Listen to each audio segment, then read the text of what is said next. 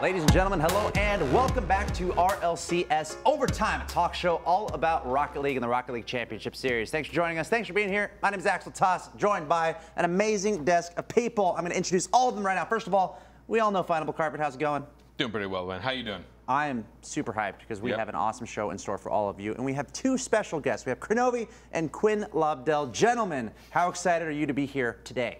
Today's been exciting, definitely, and I've been having a lot of fun, and I really enjoy talking about anything Rocket League.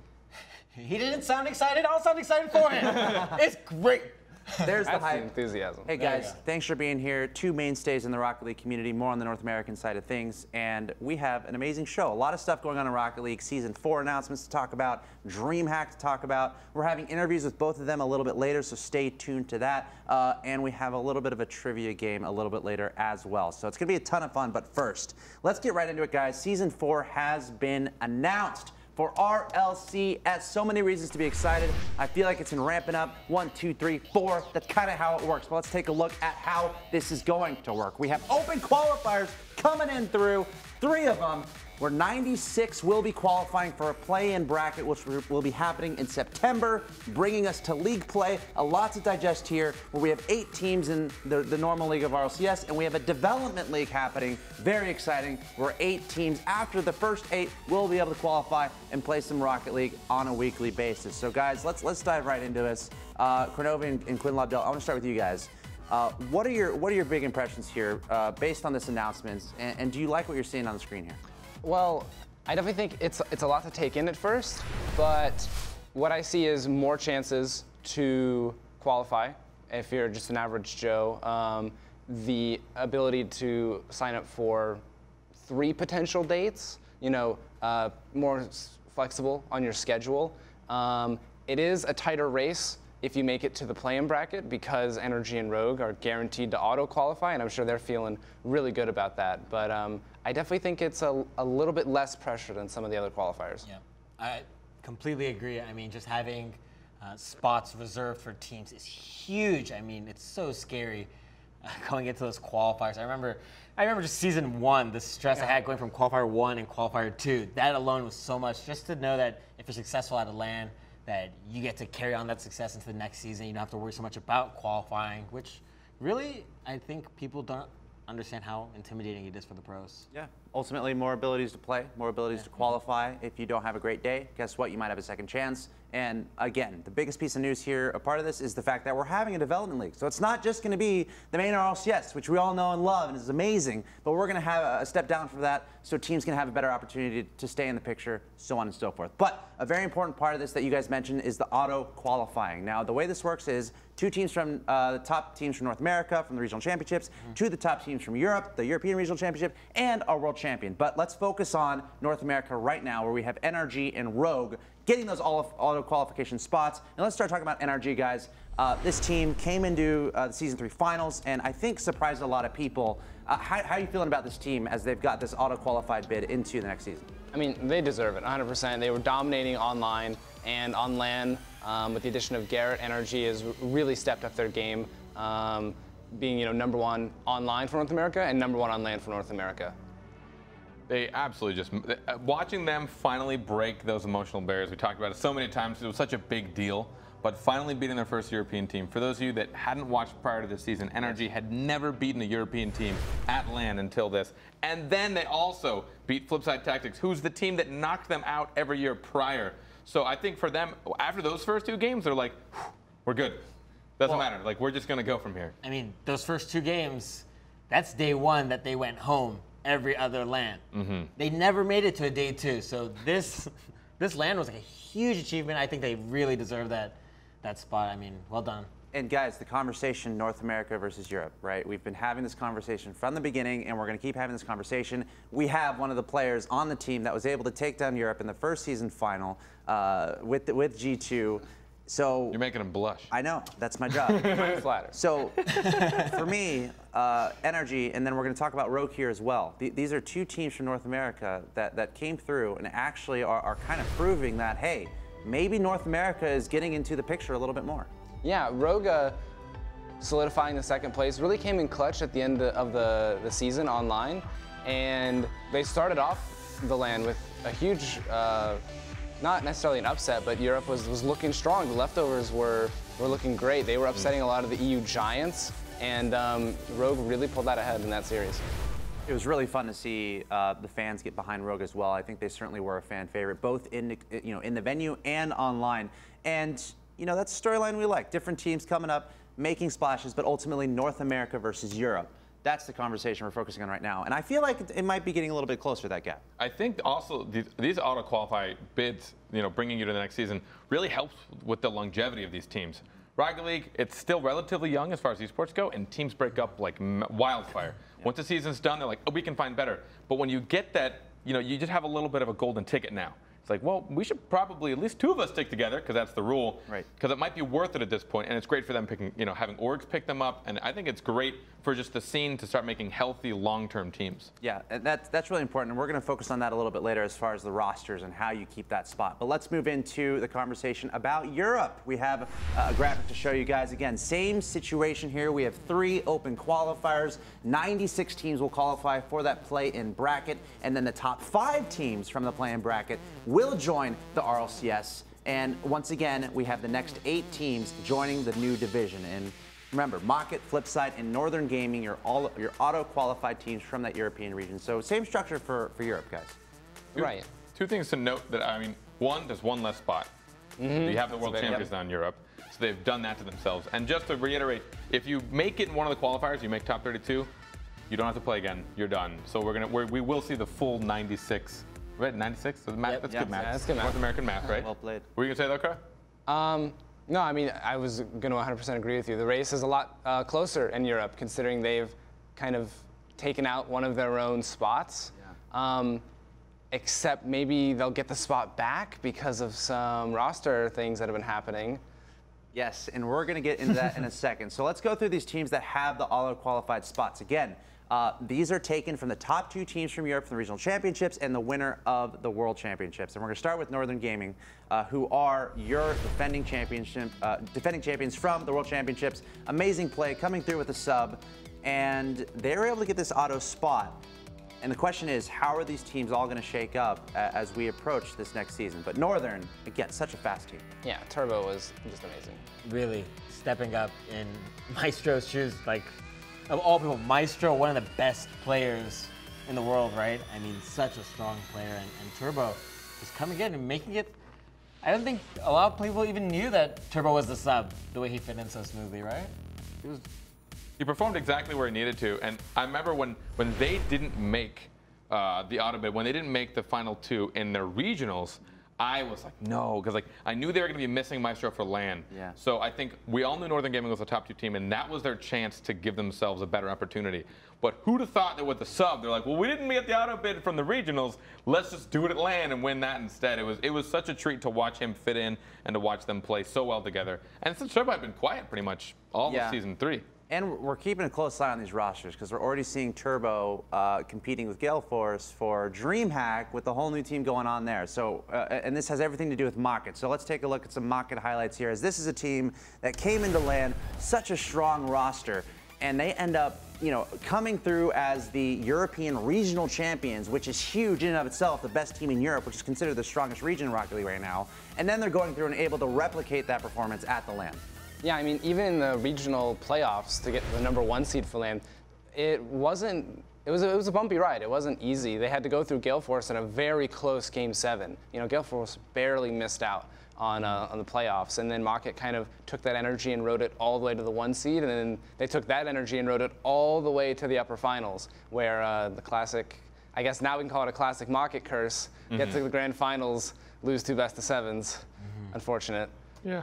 A little bit tough for them, but when we're speaking about movements again, KDOP moving from Mocket to go play with Gale Force with Turbo at DreamHack. So again, a lot of things happening right now in the offseason, and I feel like there's still a lot more changes to come. Now, to focus that on that point in particular, and by the way, Flipside, again, they have that auto qualification as well, getting top 2 in the European Regional Championships. But getting into more of the deeper roster discussion, Carpet, especially in regards to Mocket, where we're seeing KDOP move from Mocket to Gale Force, officially announced and whatnot.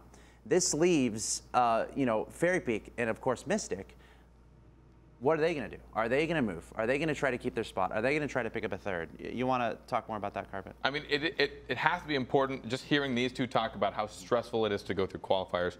They have the golden ticket, and now it's up to them. Do we think as a roster we can pull it off? They did well. I mean, you want to ride that high. I know that Gibbs had their back all the season. He was always there. I know the rest of us were a little more skeptical because they hadn't proved themselves on this stage, but they did it finally. So when you really think about, like, you may have lost one, you know, and the rule is you have to keep at least 2 of your roster to keep that auto bid. If not, then the spot goes up to the open qualifiers.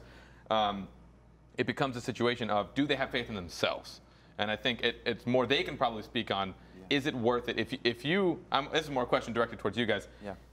Would you rather stick with somebody hoping you can get better with the auto qualified bid, or would you rather try and find a better team and try and make it in naturally? I mean, I think Kronovi can speak to staying with your team, not working out, right? Yeah, I mean, that depends. A lot of it can come down to stuff outside of the game, personalities, how well you mesh as friends, how well your mindset is. You know, if you can tell your teammates motivated and that they care about the team, that they're truly a selfless player, then that's somebody worth building a long-term relationship with. But in the case where 3 talented players come together and they just happen to be really good together, but they don't necessarily get along, that might be something where you test your luck. You have confidence in yourself that you can qualify again, but you want a team that's going to beat all of the RLCS, not just qualify and then come last. And I think a great example of that might be Gale Force. You know, K-Dop coming from Mocket, not necessarily having an auto spot. Turbo coming from Northern,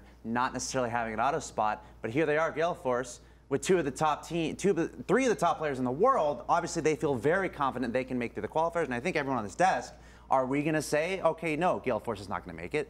Do you guys think Gale Force will make it through the qualifiers? I think it's a calculated risk, but they have a very, very strong chance in my book. I think RLCS, it's like so easy to just not be there on the day, right? And now that we have 3 qualifiers, obviously they're alleviating that pressure a little bit. But I just really think that we're going to see 3 players who really think that they can qualify with ease. And they're not just trying to qualify, they're trying to win RLCS, right? Like Crow said, they want to beat every other team there. And when you're like thinking, do I keep my auto qualification? Well, that might be a good idea if you're like going through some development struggles with your team, or if there's like something specifically you want to work on, or it's like things are just a little rocky, right? But if you think that you can win and you have friends or on other teams who you know, like, hey, we played together well, we can do this next season, right? Like, go for it. Let's go for it. And this is so much fun to watch, to see how this all unfolds. It's getting closer and closer to Season 4. Super excited. Let's take a look at some details from Season 4. Get everyone caught up, because there's a lot of reasons to be hyped. Roster size limited to 4. Open qualifiers are community run. That's kind of cool. Top 8 teams join the new development league who are not into the RLCS. Registration starts in July, so get ready. If you're watching this right now, you can qualify. I believe in you. Kronovi believes in you. Quinn Lobdell believes in you. Final Carpet probably doesn't, but that's good for you too. In November, we'll host the World Championships, so a ton of reasons to be excited, but we got to move on here, guys. We have a lot of fun upcoming. We got one-on-one interviews with Kronovi and Quinn Lobdell. We got some trivia a little bit later, and of course, there's a bunch of DreamHack discussion coming your way. You're watching RLCS Overtime. Coming up next, it's Kronovi and Final Carpet going one-on-one. Stay tuned.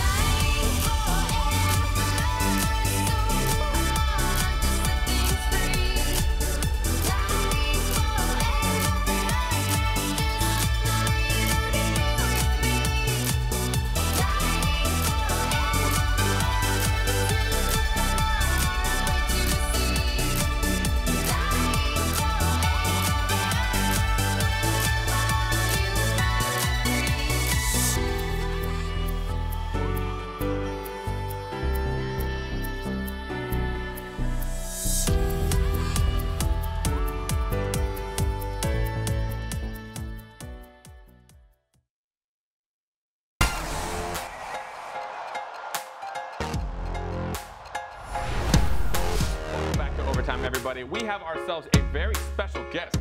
The one, the only, the mountain captain of G2, Kronovi here. How's it going, man? It's going good. It's going good. I'm happy to be here. So we very rarely get to talk to people whose brains and knowledge go back to the beginning of time, at least Rocket League time.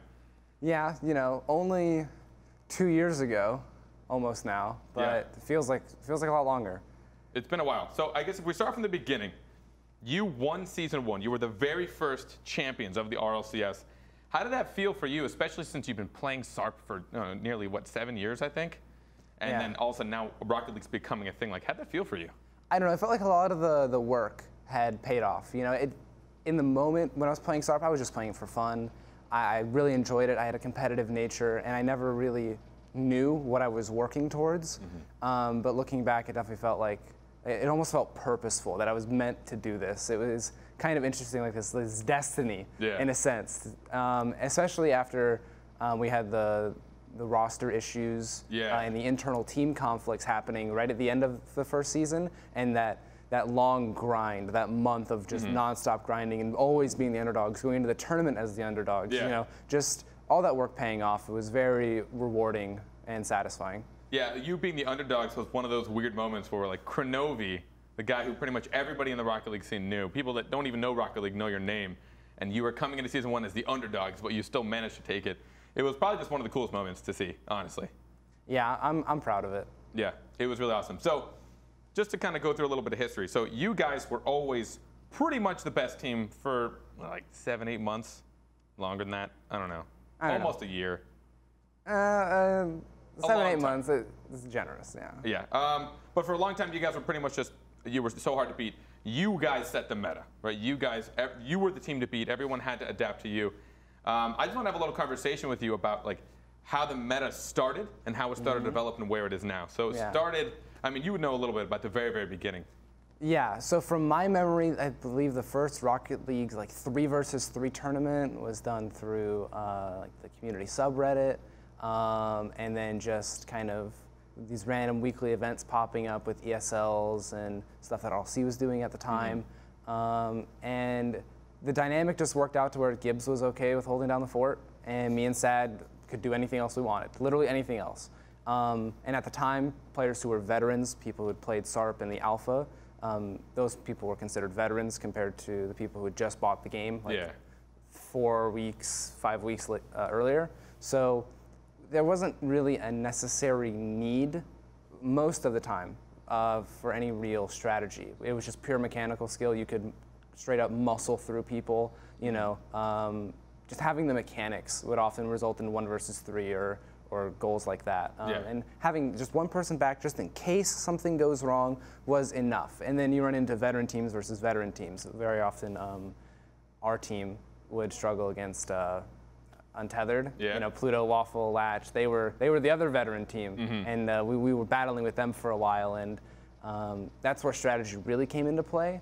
But Gibbs was just so good at what he did at the time. He was such a strong force on defense that we really, 2 people in net was overkill. Yeah. You know. Well, you and Saturn, you could do whatever you wanted. Right. We had so much watching freedom. Old footage. You just like, you guys just were free to do whatever, and Gibbs was like, don't worry. I got it. Yeah. No, I'll make 3 saves in a row. Don't worry, guys. Which back then was hard. Yeah. Well, even now is difficult, especially since as everybody's mechanics get better, as the skill gap draws closer and closer, old strats like only leaving 1 person back and having a double commit occur. Because me and Sad, if you watch our footage back, we will double commit on everything. There's an aerial, we want to score first. We will take each other's goal if we have to. You know, and if that happens, you know, at the RLCS, that person in goal is going to get stuck in a 2 versus 1, and that's always a pass play. It's always a dish it to the second player in the first person demos. You know, there's so many more strategies to deal with a lone goalie now. Yeah, and then so as the game picked up pace, people started getting better. It turned into more rotational style play, where players would kind of try and fill in every gap they needed. How would you say kind of if that was? I don't know. I think Season 1 is when that started to get refined, when that really tight rotational play started, and it's only gotten perfected since then. Do you have any way you describe like the current meta right now? Well, I think you definitely have your specialized players who enjoy being in certain areas of the pitch more so than others, and there is a necessity for every player to be able to contribute no matter what's happening. Because no matter what, you're going to be on defense as a team or you're going to be on offense as a team. And you can't have somebody cherry picking the whole game. Yeah. That's just not going to work, especially not now. So as everybody kind of becomes more well-rounded, people still have their specialties. Devo's got his double taps. You know, Pashy's got his fakes. You know, people have their things that they like to do. Yeah. But they are still strong in other aspects. So speed is what kind of controls the game now. The faster you can do things, the faster you can outmaneuver your opponents, make decisions. That really accentuates your strengths and rotations. Yeah. So a lot has changed over the last pretty much 2 years, and you've been through a lot of teammates, a lot of players. And this current one, when you came into the season with JNaps and Rizzo, everyone's like, this is it. This is the all-star team. And you guys showed it right away. Obviously, you had your ups and downs. It may have ended in a down, but it's okay. How did this current roster feel for you? I was very, very, very happy with it. We got Rizzo last second. I was almost panicking. I knew me and JNaps were happy. We loved playing twos together. We were trying a bunch of threes with different people. And Rizzo really came in clutch. Ever since we played a couple tournaments together, won some monthlies, we were really happy with the dynamic we had. And we started off the season strong, which I was kind of worried about. You know, you have the online presence and the monthly presence and teams, you get all hyped up, and then you might crack under that pressure. But we were going strong up until the last 2 weeks. Yeah. The last 2 weeks were rough, and I think we didn't perform on the day. We were happy with our scrims, and I definitely see this as a long-term team, a team that learns together, that has the same mentality together, that grows together. Yeah. I mean, it's big. You and me were chatting just a little bit before this. When you look at the teams right now that are performing well, it's usually a duo that's been together forever. You know, we were talking about Jacob and Fireburner. They've pretty much just been unbroken since the beginning, and it shows. You can tell they just know each other so well. They perform so well together. You see the same thing on a couple of European teams. You know, Remco, Maestro, same kind of deal, or most of flip side tactics. You know, Cooksier and Marky. Cooksier and Marky, yeah. You have your iconic duos. Yeah.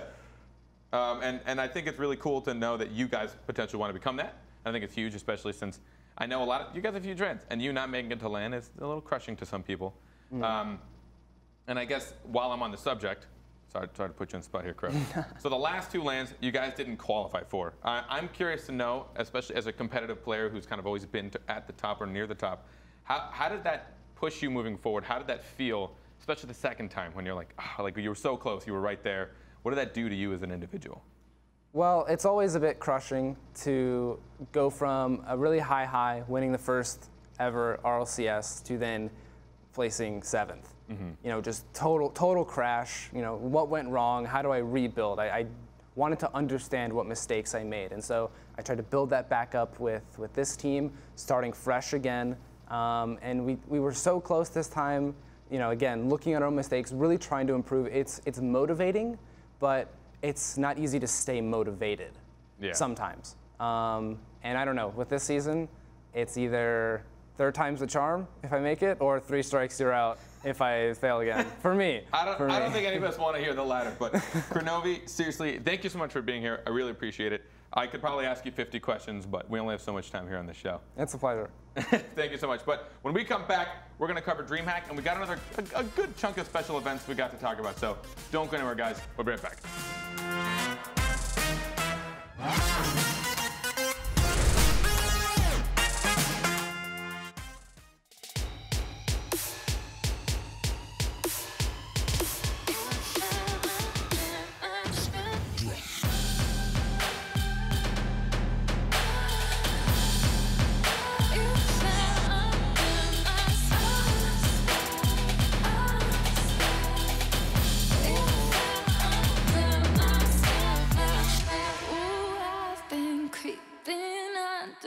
Skin for so long. Oh, I am in your head, so tell me, is it wrong? Oh, you fell under my spell, so well, oh, you fell under my spell, so well, you fell under my spell.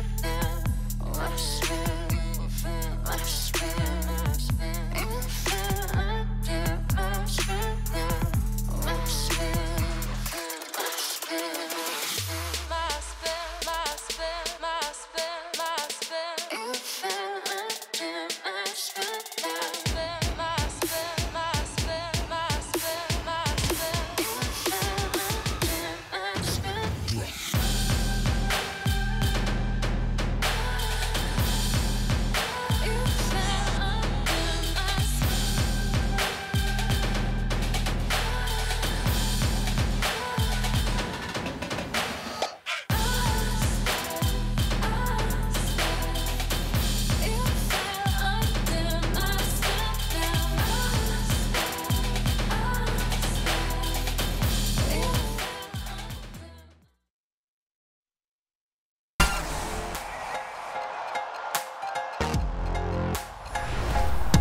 What's up, everyone? Welcome back to RLCS Overtime. Having a ton of fun here today. We're about halfway through the show. I'm Axel Tosh. On my final carpet, we got Kronovi, Quinn Lobdell over there. Guys, it's been awesome so far, but now we're going to talk about a tournament that recently wrapped up that a lot of people are talking about, and it's DreamHack.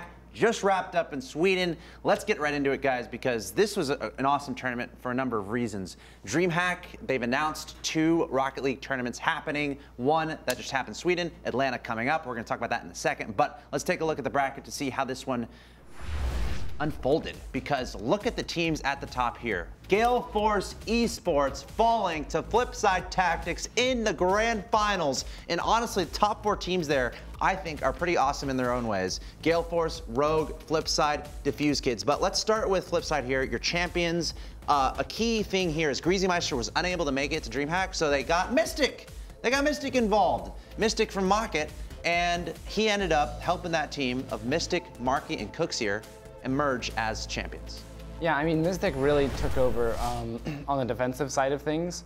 Greasy is typically somebody who's going to boom the ball around the midfield, and he's got great defense, but he's always a striker at heart. And Mystic had a bit of a different play style, but Cux and Marky, they adapted to it, and they had a very close set against Scrubkill's team.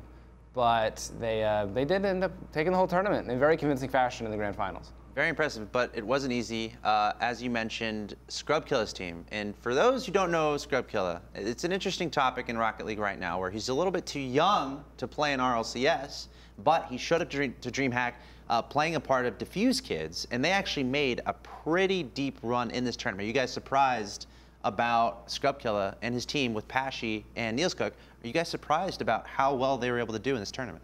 I don't know. I think Pashy90's always had a really good eye for players that he'll work well with. It's one of the things we talk about a lot. Every roster that he manages to find, whether he gets a totally new one or kind of bounces around, he'll bounce around to the last second. Man, he's made some moves that some people are like, all right, I guess. Last second, he'll like, you know what? I think this is our team. Yeah. And there's really, if anyone only watches RLCS, you probably don't see Scrub. And I'll probably let these two talk about how good Scrub really is. Yeah. But his mechanical skill in the game is almost unmatched. It's kind of insane. I want to get that out of the way right away. Scrubkilla. For those who don't know who he is or what have you, what are y'all's opinions on Scrubkilla? Probably the 1v1 GOAT. Yeah. Greatest of all time 1v1 player. He's 14. He's Why? How? It feels so bad losing to a 14-year-old by like 10 goals. Yeah, It is soul he's crushing. And he'll do it like every time. He's so creative. It's like, it's unbelievable. Like, he just doesn't run out of ideas, new ways to like manipulate the balls. Like, he's the one who's like coming out with like new types of shots and things. Like, it's just everything he does is so unexpected. It's so hard to predict. He has no like habits that you can kind of capitalize on, and not to mention his mechanics are really. How does that, obviously a 1v1 master, how does that tie into the 3v3 dynamic, which is obviously a big focus of Rocket League right now? From Scrubkilla's perspective, what does he need around him to make just a powerhouse team besides you two? Well, Scrub in 1v1s, he scores a lot of goals, but in 3v3, he plays a lot of defense. It's very strange. He's very reserved. He makes sure that he has all the boost he needs and that he's the backbone for his team. He wins all of his challenges. That's also what he does in ones, though. In ones, he's like the most insane goalie. He can save anything like, without any boost. He's just so crafty. Yeah. In the game, he knows how to like make the best use of whatever he has in any situation, and like always, very rarely do you see Scrub make bad choices. Usually, it's like he doesn't even get outplayed. He just gets in his own head or something. Yeah, like how many times do you see him like own goal or like pass to the other team? Never happens. Like an unforced error Never. from Scrub on Really. defense is so rare. So just technically incredibly sound. Yeah, And that's huge in 3v3s, and like the fact that he's young and that he's like creative and smart as well. I mean, you can understand like how he just kind of molds into a team and is able to bring like a lot of, you know, like a solid foundation to him defensively. and something I think about a little bit is like, you know, you talk about nerves. You're on that stage at DreamHack, and he goes up there and gets top 4 as He's part like of that team. 14, 15. Great. Yeah, he And- looks so comfortable. And on top of that, forcing Flipside to go for a reverse sweep because they were up 2-0. Flipside had to win 3 in a row, or Diffuse Kids in Scrubkilla would have been in the finals. Right. I mean, the pace from Diffuse Kids right off the bat. And what I think, an unmentioned hero in Diffuse Kids, their third, Niels Cook, he really showed up. He was very consistent. He didn't have too many crazy goals, but he was a solid anchor for the team, and I think he stepped up and helped Pesci make those plays and really kept the pace up against Flipside. We'll see how that storyline develops, but I want to talk about Rogue really quick, guys. This is the only North American team in attendance, and they did pretty well getting top 4. Talk to me about Rogue. Well, Rogue initially, in I believe the pools, lost to Diffuse Kids, so they ended up going to the side of the bracket where Penta was waiting. And they went 2 up against Penta. They were looking really solid, and Penta scared everybody with a potential reverse sweep. But Rogue held it down, and then they went on to play Gale Force, and Gale Force were looking very strong. Honestly, I think Gale Force, those matches they played the best in the tournament against Rogue. You know, unfortunately, I wanted to root for NA, but Gale Force were very strong. Hey, but Rogue's still showing up and doing a great job. Top 4 finish. And then the storyline of, okay, you have Gale Force, who has K-Dop, who came from Mocket, and then you have Mystic from Mocket. Mystic going to Flipside, taking out Gale Force, saying, what up? and Flipside securing the championship there over Gale Force eSports. Awesome tournament of DreamHack, awesome competition all around, and great storylines too. Really exciting. And we're not done with DreamHacks over the summer, because we have one coming up. Let's take a look here, because Atlanta is incoming. Ladies and gents, twitch.tv/DreamHack Rocket League, hosted in Atlanta, July 21st through the 23rd. $50,000 prize pool. Kronovi, are you going to win it all? I mean, Georgia is my home state. I used to live north of Atlanta. That's my city. That city's mine. Hometown advantage to the T, to the state. Although Doesn't happen very often. Garrett and Jacob are both Georgia too. I don't know how close to Atlanta, but NRG might be the Atlanta team, but I'm the Atlanta boy, so it's my city. Wow. Gwen, are you excited about DreamHack Atlanta? I'm really excited to see those matches. I mean, I don't know how G2 is gonna do really, but hopefully you can prove that title, huh? Yeah, my city. That's all. There you go. You heard it here first. Yeah.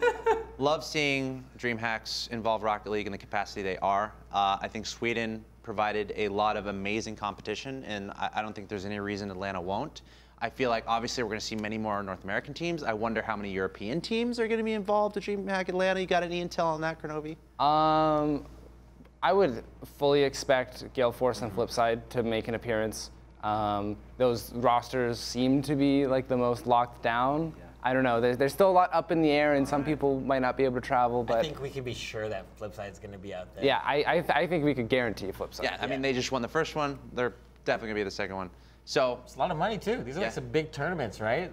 They'd be crazy not to fly out there. And the North America versus Europe rivalry continues. But we also have something else going on. It's the Brisk Summer Series, and it's starting very soon. In fact, this weekend.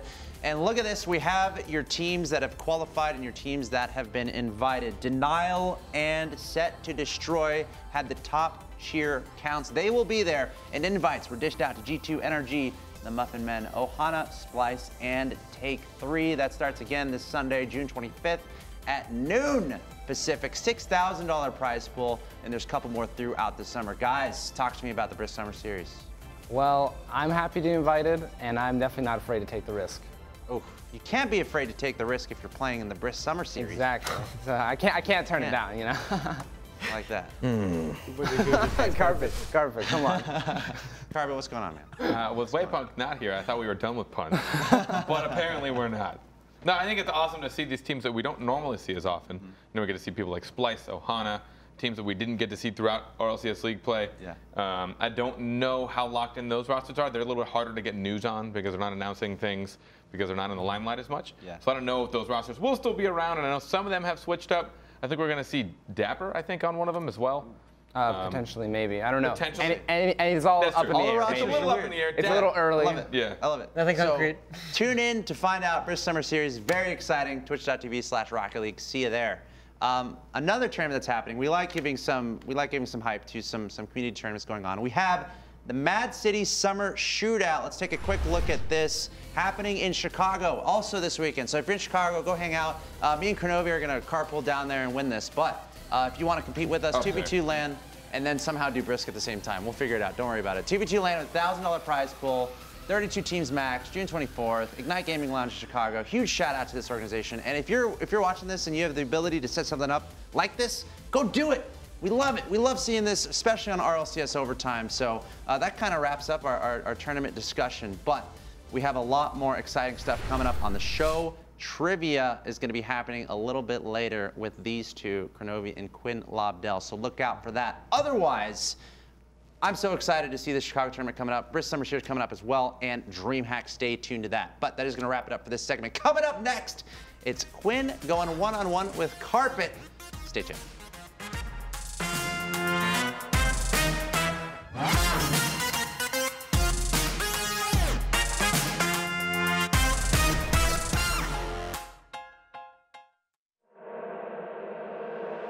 Solar eclipses.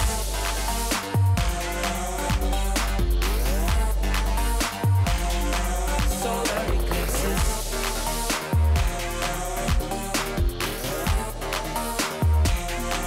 Solar eclipses.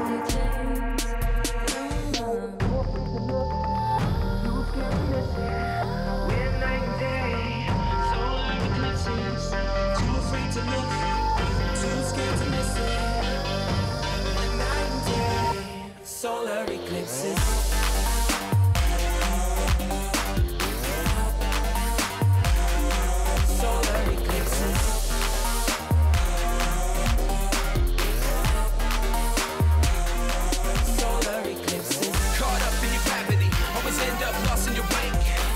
Intoxicated, maybe we get started again. Caught up in your gravity, always end up lost in your wake.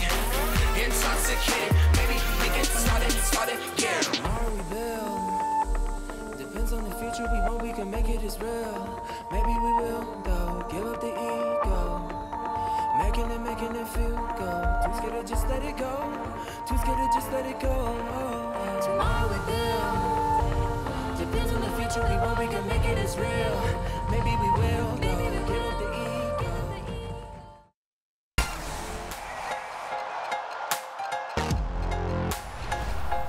Welcome back to Overtime. Ladies and gentlemen, earlier today, I got to interview the Kronovi, but now I get to interview the Quinn Lobdell, the legendary. How's it going, mate? It's going really well, man. Yeah. Glad to be here. It's good to talk to you. I think we talked about it a little earlier, but it's really cool to get to talk to people that have been in the scene for a long time.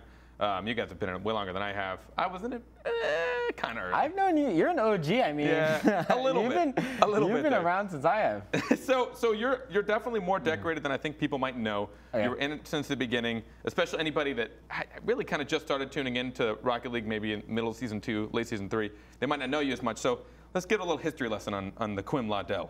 Sure, Lobdell history lesson. I can do that. A little Lobdell history lesson. So let's probably start around what? Orange Creamsicle? Right. Yeah, that was my first team.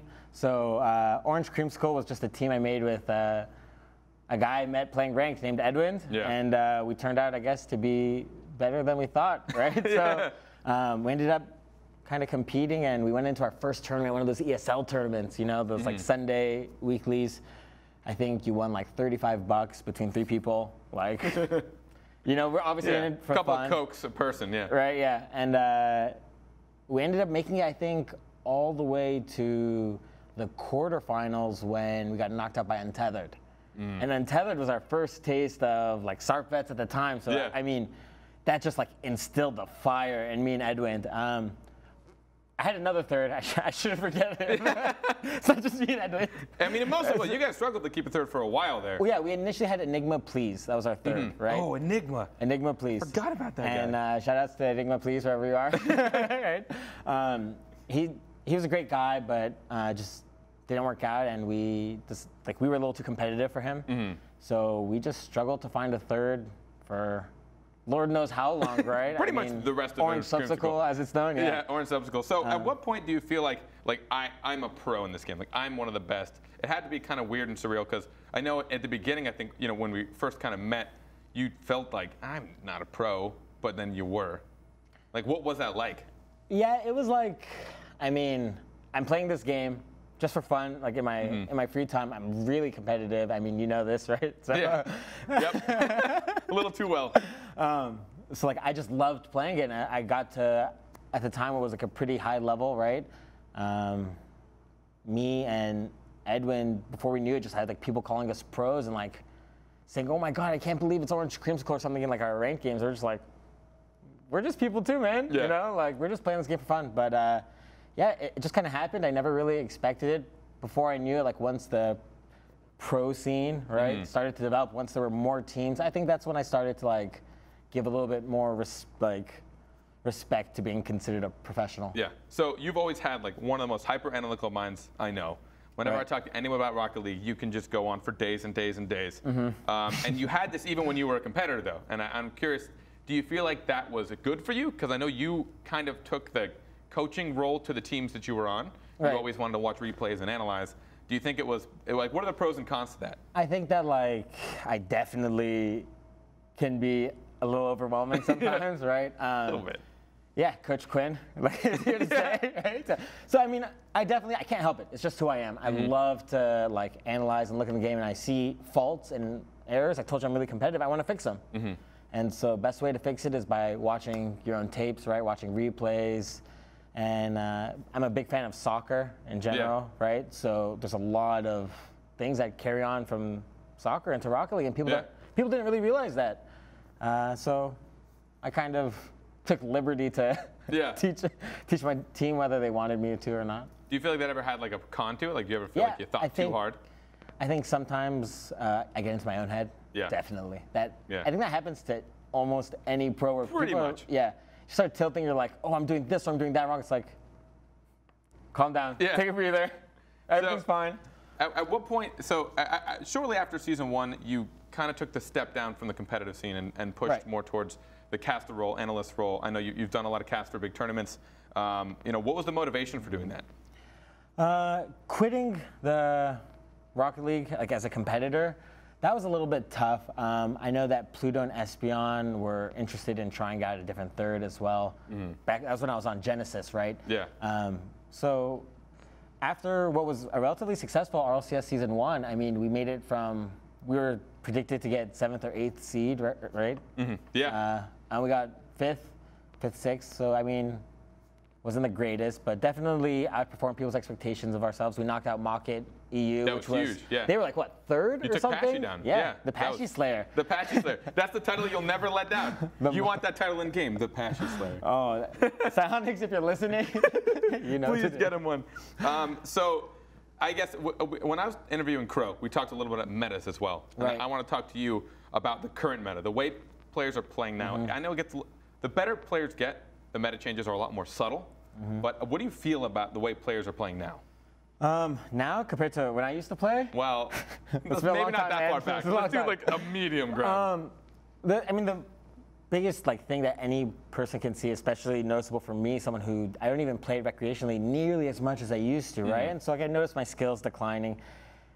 The average skill level, like mechanically, of your typical player has gone up tremendously, and it's really, really intimidating to come back to the game and just see people doing like all kinds of crazy, ceiling shots and things, and I'm just like, what? This guy doesn't even play the game like competitively, right? Like, what's going on, man? Like, why can't I do that I'm stuff? just in ladder, like, somewhere in the diamonds grinding up, and all of a sudden I run into some guy, I'm like, what did he just do?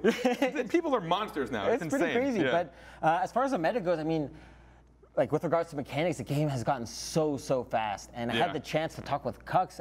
He came out to California for Gold Rush, right? Yeah, He ended up staying out here a little longer than he intended to. A little bit. Missed his flight, right?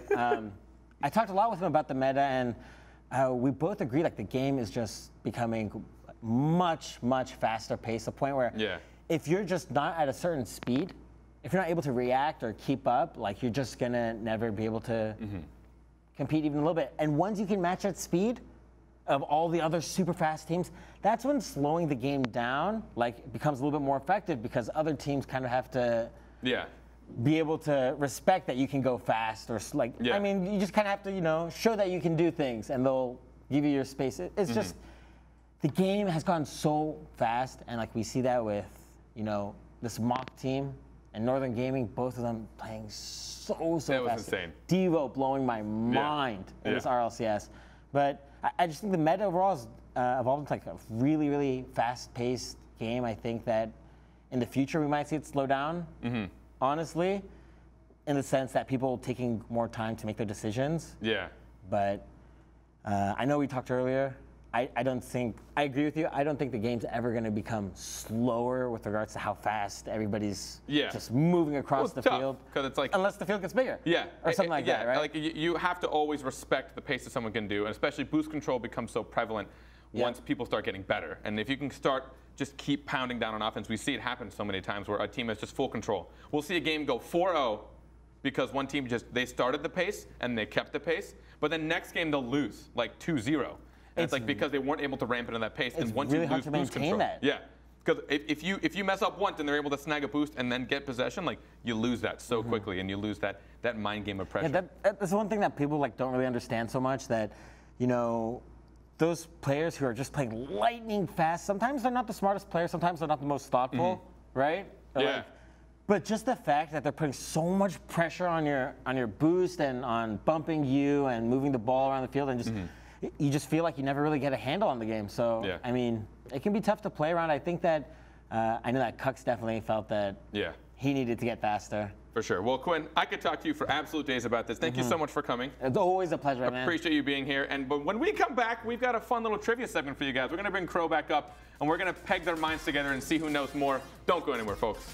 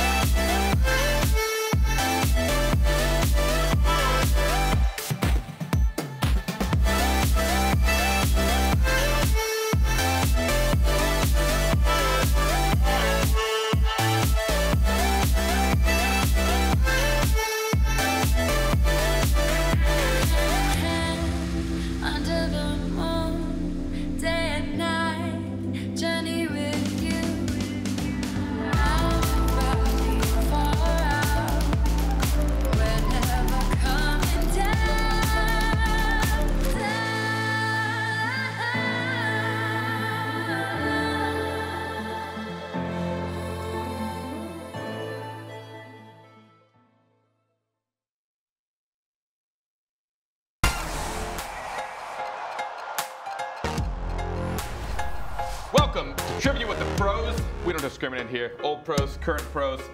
I am here. I am Don with the gracious presence of Quinn Lopdell and Kurnovi. How's it going, guys? Good, going good. Yeah? Pretty you guys good. sounds Glad to be excited. here. I am, at least. I mean, I'm ready to win this. I'm excited to take Quinn down. Oh, Easy peasy. All right, already smack talking. So here's how it works. This is trivia. I'm going to start asking them Rocket League trivia that dates back who knows how far, because these guys, I know they've got the brains for it, but they probably forget. And then I'm going to be awarding them points as they get them right. Closest answer wins if it's a number question, and they're going to be writing on the whiteboards and revealing. You guys ready? Mm-hmm. Oh, yeah. All right. Good. Question number 2. Who came third place in the MLG Pro Series in 2015? Yeah. Rack the brain. Don't say it out loud. I know, you look like you're about to. No, I know this answer. Yeah? Yeah, I do. I don't know if Quinn does. I would 100% know this answer because I lost in the very first round of this tournament. And Well, at least we he's not lost shaming it. in a 2v3. We were up 3. We lost to 2 people in a 3 versus 3 in this tournament. Yeah. It was soul crushing. I will You never. ready? You got it? I got mine. All right, you It's got Quinn yours? ready. That's the All right. We're going to start with Crow. Crow, what you got? It's Kings of Urban. Kings of Urban. What do you got? VQ Untethered. Sorry, Crow. It's actually VQ.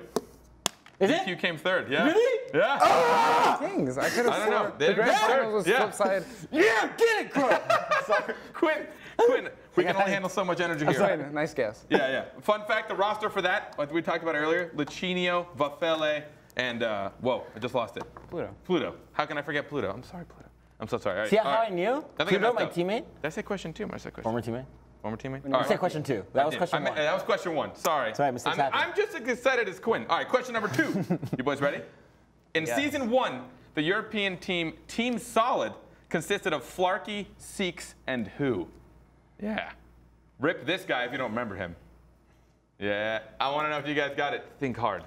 Oh, I know who it Flarky, is. Seeks, and who? Yeah. I don't know I know if who it Quinn's is. I got don't it. remember his name, though.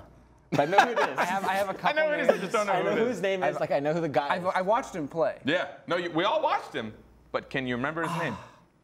Yeah, I mean. Flarky, Seeks, and you guys gotta write something. I mean, I wrote mine down, but I'm second guessing it right now. All right, well, Crow, what you got? Show me what you got, buddy. I've got Tinny. Tinny? It was. Is that a I'm American not player? gonna say if it's right or wrong. You gotta go Is next. it? Or am I thinking of Yeah, someone Tinny's else? North American He player. is? Oh. No, he's not. Cool. I have Spackle. I Okay. don't know who that is. I don't know who Spackle is. And could be a player. Tinny is definitely European. He's on 0 effort, you fool. Oh, yeah, it's your effort. No. But anyways, it's Data. It's Data. It was Data, Seeks, and Flarky. I really had no chance of getting that. No, I knew that would be tough for you guys. least I got Okay, Europe. this is a little in-game trivia. These are some bad trivia questions. These are I got some I'm so great. North far. American. Europe? These are great. Really? These are great. So far, 1 point for Quinn. All right. If you have 0 boost and you pick up 5 boost pads, how much boost do you have? Boom! 60. Yeah, I mean, it's math. Would you like to write it down? I mean, yeah, it's math. From 0 boost, if you pick up 5 boost pads, how much boost do you have? It's 60. All right. It's 5 times 12. The correct answer is 59. If you have Oh, 0 because boost it's and you got- pick up 5 boost pads, it goes by increments of 12, but the last one only brings you to 59 for some weird reason. It's because it's like some binary. But then the next one gets you to 72 still. So it's 60. It's just a display glitch. Clearly, they play a lot of Rocket League. Thanks, boys. Right? Huh? I mean, I don't know the reason. I always have No, 100 it is boost. actually. I saw. I only get the corner boost. I don't know what a pad is. No, really, Exactly. apparently, the actual reason though is the number in the bottom right is a percentile representative, right? yeah. And like they have it with I don't know. Yep. I'm not gonna pretend I know. All right, here's something more recent. Fun fact, I have no idea. All right, here's something more recent. At the season 3 finals, who had the most goals per game? LAN finals, sorry. At the season 3 LAN finals, who had the most goals per game? I should know this. You should know this, but you probably don't. Thinking. Thing I probably don't to make you second guess from a clear answer. I just don't want you looking at my sheet. Don't look at my sheet. I'm not. I'm honorable. You guys are low on points, 1 to 0. Really, you guys are kicking These butt. questions suck. These questions are what? I spent days on these questions. Whoa. Absolute days. I did research. I was up for hours. I have a little journal with like all my. I came up with 150 questions and narrowed it to these 7 just for you guys. No wonder. Okay. Yeah. All right. I don't know what this is. Quinn might be I'm ready. guessing. All right, you're guessing. I don't know. Devo? Devo, it's a safe guess. Oh, you both guessed I have Devo. Devo too. He All just right. copies me. Okay, I'm not gonna lie, it was a trick question. The answer's Dapper. He only played 5 games. He had the best goals per game average at 1.4. But fun fact, Matt was actually second place at 1.27 goals per game. Yeah. That's a lot of goals. Yeah, they both did really well. It was a little bit of a trick though, because Dapper only Devo. played day 1. Yeah, Get it Dapper together. only played day Yeah, 1. I might have cheated. I might have cheated a little bit, but Devo did do well. Do you know how many Devo had? No, I did research, Not prepared for your trivia. but you know. All right. Here's a good one. How many goals did Kronovi score in League Play of Season 3? I don't know. I don't know yet. Okay. Oh, Quinn, really? All right. I can see that. Really? The closest answer wins. All right, the closest answer gets this point. This is a 1 point. Only one of you can get a point in this. Closest answer gets it. How many goals did Crow? You want to reveal it? You might as well. You're aching for it. All right. Well, I think Crow just got a free point, but I want to know how close you got. How close did I get to my answer? 35. You actually got. You got 22. 22 goals in league play. Oh. You look so crushed. I was like, I know my goal average was I just want to say it was Your goal average was high. It was close to one, but I didn't know. Actually, I did the math on. You were number 4 in the league still. Yeah, you were trying number 4. I think I was like at least once. I was just adding how many total games we played, and I don't know. If it makes you feel any better, Quinn actually had the right answer for himself. Quinn scored a staggering 0 goals for season 3 league play. Yeah, I mean, tough to be. And I asked about him, not you. I know. All right. I'll take the point. This is going to be real difficult. Okay, I want to what? see if you can dig into this. You might know this. You should both know this. In what order did Flipside Tactics players sit in the finals of season 2 from left to right? I know this. Okay. Do you? Ooh, No, from I don't. left to right. From No, left I to don't. right, what order did they sit in the season 2 LAN finals? Oh, so no. this would have been like their last game right before they won it after the reset. In what order from left to right did they sit? Quinn, you look like you're kind of confident. I think You so. hung out with the boys a lot out there. Yeah, they're my homies. Shout out to the flip side. All right, what do you got? I think it was Cux on the left, then Marquis, then Greasy. From left to right? Hold on. And he's Hold just on. writing his answer after I've already revealed mine. No, mine's Well, that's actually your different. Got nothing but a cheetah. Mine's different than Cooks, yours. you're I have Greasy. Greasy Marky, in the he's middle. clearly not copying. Quinn, you got it. Yes! It was Cooks here, Marky, Greasy from left to I right. knew it. All right. One more question. Actually, I stopped keeping track of points. I think Quinn's winning, but who cares? By 1. Although, think- no, yeah, probably by 1. I think. All right. I Let's know. just take a point The away final from question. know. The final question. You guys, you're never All gonna right, get what this. is it? He's never going to get it. Closest What if I one get gets it? it. Secure the win. How long did it take Yummy Cheeseman to chug the brisk at the end of the day 2 season 3 LAN? How long did it take him? In seconds, of course. I don't know what kind of weird unit to measure you guys use. Give me seconds. Closest answer gets the point. Crow, what you got? 6.7142 seconds. I want to say you're right, to be honest. Just What if I'm because, exactly right? 12 really close seconds. 12? like 12 the seconds are seconds. shorter. As close as They're possible. really close. Okay. Mine are the closest, actually- I win. So here's Okay. actually what I was impressed by. It took him 26 seconds of chugging that brisk bottle. I was actually like 27. For 26 seconds, that man chugged brisk. He's an absolute madman. He's a What do madman. you mean? Brisk is delicious. I mean, whether I it could is chug or it for hundreds of seconds. you have to breathe. I know you breathe Yeah. through your nose while you're doing it, No, but Quinn's okay with taking the risk. You know? minus a point for Crow, maybe? No. I can't end on I'll let him 0. keep it. I'll let him keep it. All right, so Quinn, you got that point. You're the closest. Boom. Who do you think won it? I think Boom. Quinn might have. Drum roll, please. I think. Don't actually do a drum roll. Scoreboard, let's see what we got. What are the points? Kronovi with 0. What happened to my point? I don't know. I did say -1 at the end. They probably calculated it. It's technically 3-1, but I think 3-0 with the take the risk, drink the brisk meme. I think that's what we're gonna go with. I did make it difficult for you guys though. You got you got one more answer for us? I got one more answer. One more answer? What you got there? Feels bad, Kronovi. Feels good to be the trivia king. Feels good. All right, maybe I should have made them a little easier. I didn't realize you guys were gonna be so bad at this. Oh, you're the king? Oh yeah. A nice little emote, a little emoji. Nice Get mountain some like topper. get some like little diamonds in there. Oh, those are Oh, And some it's getting real detailed. Cool swiggly All stuff. right, well, before this gets a little too carried away, I think I should probably wrap this up. That was Trivia with the Pros. Thank you so much, Quinn. Thank you so much, Kronovi. And thanks for the interviews earlier, guys. It was King nice, Quinn. nice to get you. Oh, I'm not calling you King that. Quinn. I refuse. you have to win with grace. Yeah, that's true. You have to actually win with grace. But all right, thank you guys so much for tuning in. This was Overtime. If you enjoyed it, please feel free to come back next week, same time, at 10 a.m. Pacific Standard Time on Wednesdays. But, you know, don't go anywhere until next week. Just stay here on the channel. Say. See you guys later.